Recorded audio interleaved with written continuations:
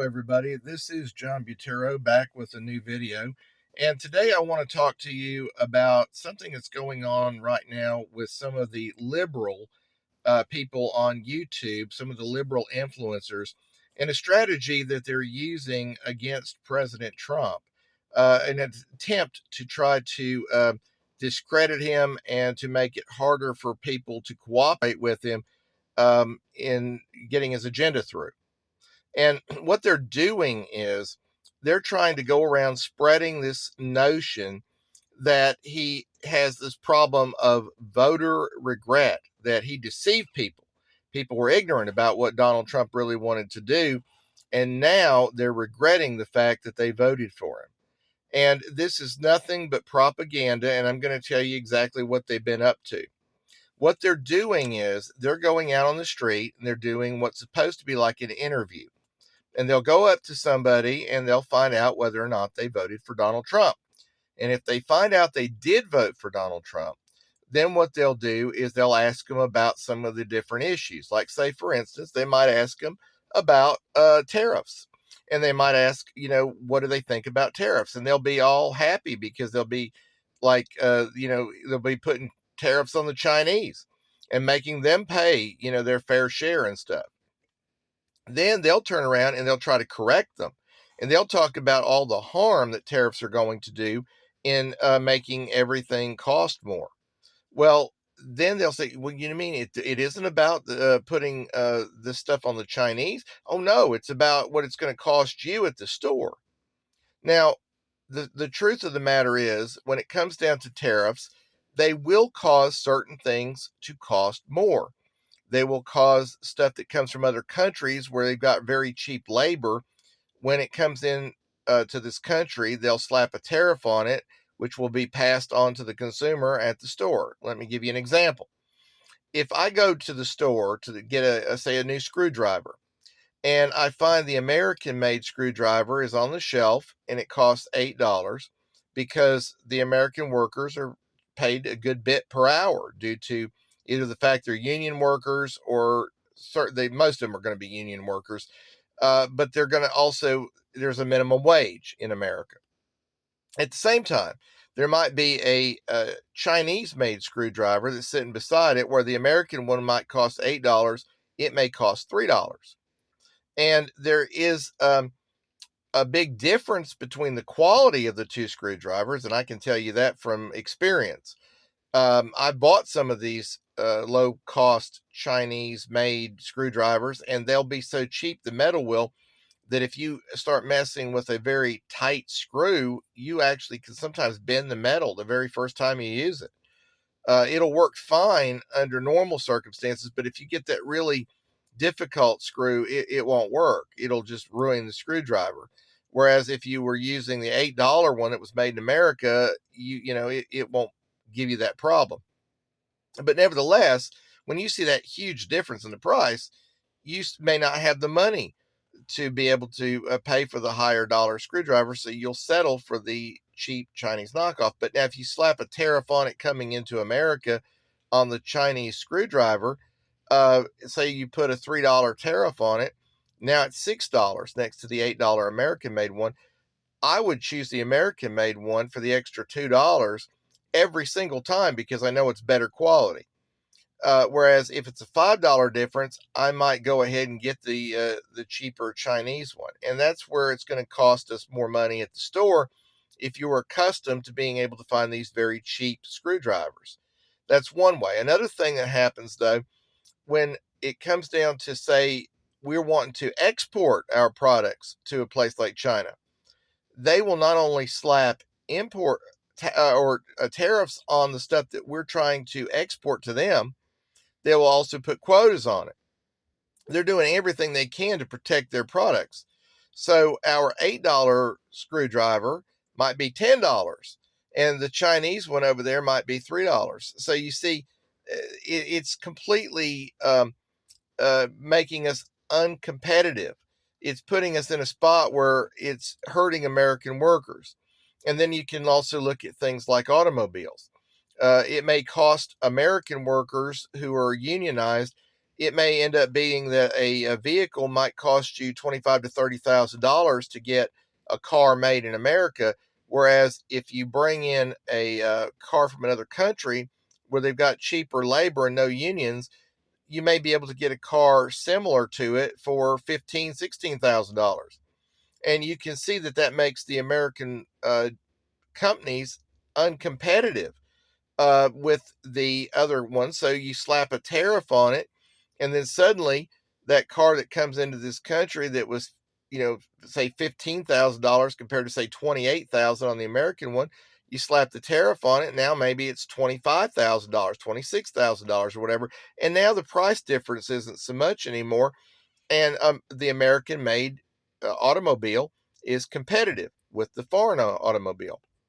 We all understand that. Of course, it's going to cost the consumer more money, in the sense if they were used to buying the cheaper imports over the American made ones. But what you're doing is you are saving American jobs. Eventually we're going to lose all of our manufacturing jobs to foreign countries. And what President Trump's trying to do is stop that. He's trying to make it where that the American jobs can stay here at home, and where there's no reason for them to do like some of the companies do. They'll close down the factories here and they'll send them to another country like Mexico where they got cheaper labor, and then they'll bring the cars back into the country to be competitive, and they can sell them cheaper that way. He wants to put tariffs on it so that that will discourage companies from doing that and save American jobs. I can't understand why any union workers would ever support Democrats right now when it's President Trump who's actually trying to save the jobs and bring jobs back to America. But that's one of the things they do. And then what they're doing is they're going up to the man on the street. They're telling him it's going to cost them more money, that it's them that's going to pay for all this. And then suddenly they're like, well, can I change my vote? I wish I hadn't voted for Trump now. And then suddenly they're spreading a story with a couple of people on the street, and they're saying, see, there's already having voter regret. And then they'll further go back and say, but I don't feel sorry for them. They should have known better. I don't feel sorry for any of these Trump voters. Well, they did it on that. They did it on other things. Like, for instance, Hispanic voters. A lot of the Hispanic voters, especially Hispanic men, voted for Donald Trump. And they're going around now telling them that Donald Trump not only is looking to deport illegals, but he's looking to deport American citizens, ones that were naturalized, that they're American citizens now. And what they're doing is Donald Trump is looking into people, not ones that came in here and did things the right way. He's looking into people that had put false information on their applications in order to get citizenship. That's who he's looking at, in addition to the ones that just flat out came into the country illegal. They both did both these groups broke the law. If they put false information on their applications, that was against the law. If they came in here the wrong way, it was against the law. So he's not going after people that did things the right way, and they're trying to exaggerate it to saying that if somebody had come in there and they filled out an application a little bit wrong, by mistake, just some little spelling error or something like that, then they're claiming that he will be deporting them too. He's looking to deport all Hispanics. He's going to get rid of everyone he can. He's going to take away their citizenship if he can. That's not true. They're using a technicality and saying he could do that. Donald Trump is not planning to deport anybody who came in here and did things the right way. So, but I actually think it's shameful that he's doing this and putting undue fear on people in order to try to use this for political gain, trying to take away support from President Trump based on lies. But that's all the Democrats know how to do, it seems like lately, is just make up stuff. But this is fear mongering, and that's what they're doing to that group over there. And then of course, the result is, well, if I'd known that, I wouldn't have voted for him. Of course, my hope is that those people will go home, go online, do their due diligence, and find out they were lied to by the person on the street that was doing the interview.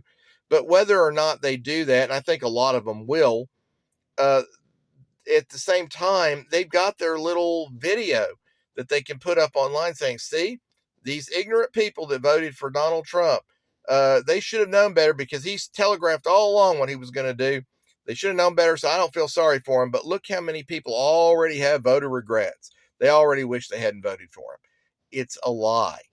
It's just a handful of people, and that's because they're being fed a bunch of junk from the people that are doing the videos. And so it's just a tack that they're using, and nobody should be paying any attention to these people. By now, you should be able to see that these people are completely dishonest. I saw this video earlier in the day where ABC News had put it out. And they were on there, exaggerating what happened on January 6th again, like they've been doing. And then they're putting out this stuff about how Donald Trump is going to pardon all of these people. And then they're calling Donald Trump the leader of an insurrection and all this, just absolute nonsense. Absolutely did not lead an insurrection. He gave a political speech, and he never once told anybody to do anything other than peacefully protest. I saw the entire thing live on the internet. I know he didn't do that. He did not lead an insurrection. And I also know that there's a lot of people that have been held without due process.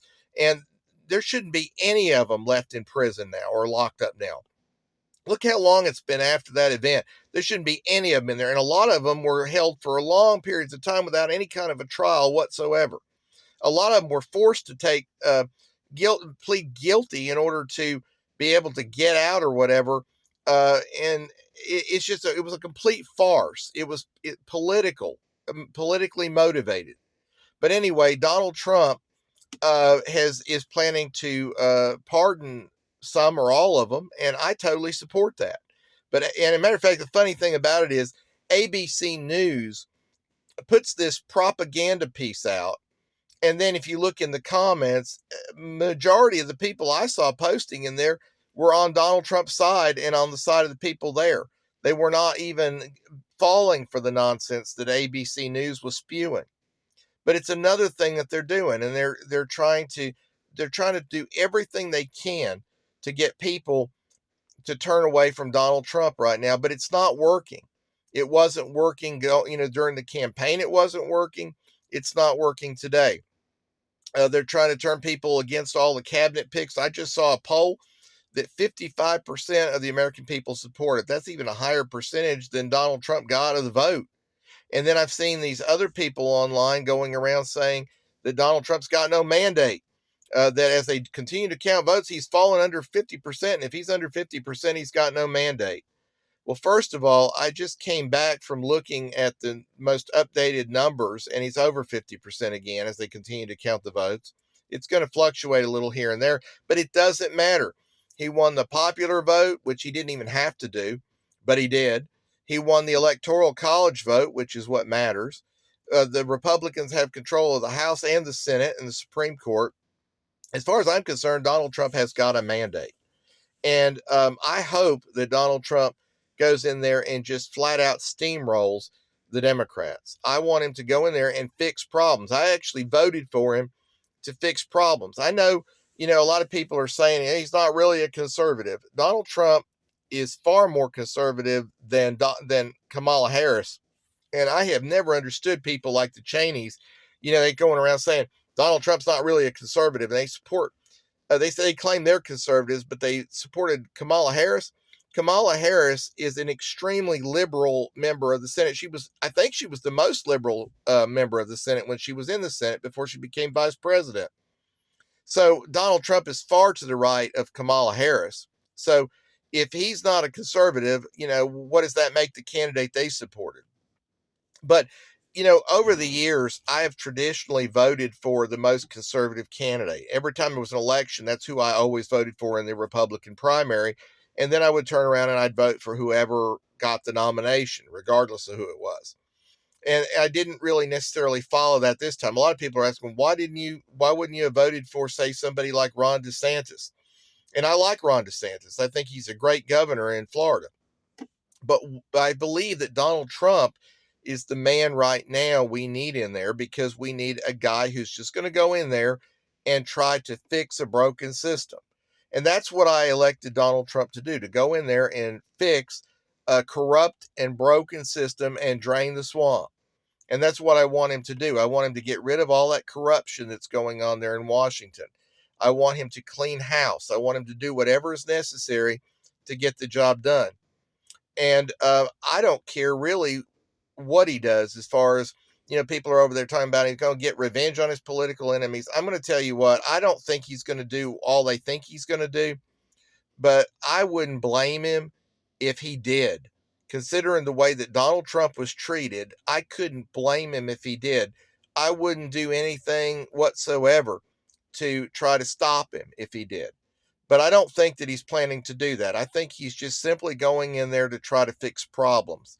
But the human thing would be, after all of what they put him through, all the false charges, all the political lies and stuff they did, all the things they did as far as making up stuff about Russian collusion, and about all the things that they did as far as false charges against him, felony charges for doing nothing more than coming against a election that he didn't believe was accurate.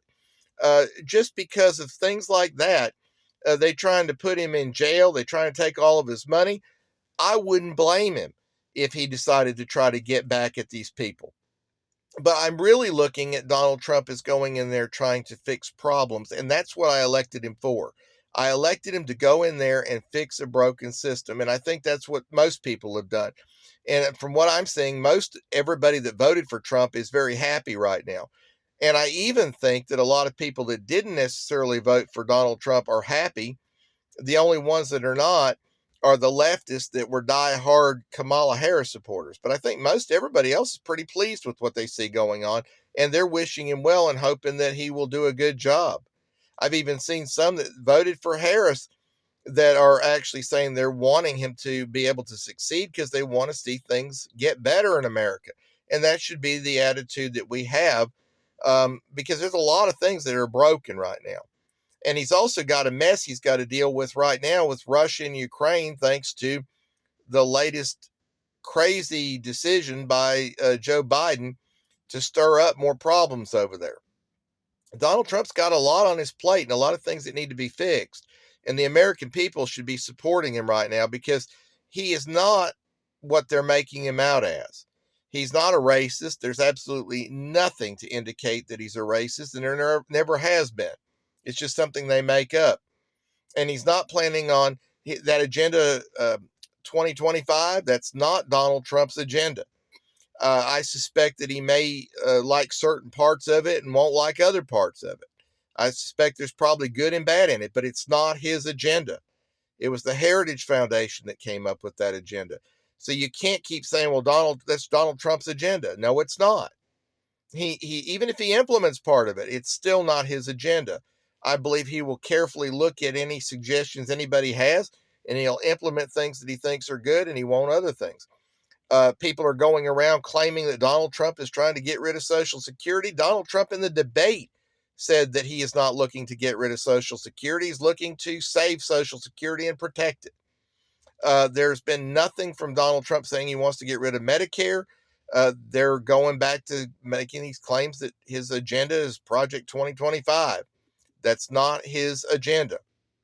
Then the other thing they're claiming is he wants to get rid of the ACA, the Affordable Care Act, which is anything but that for anybody that gets their health care through their employers.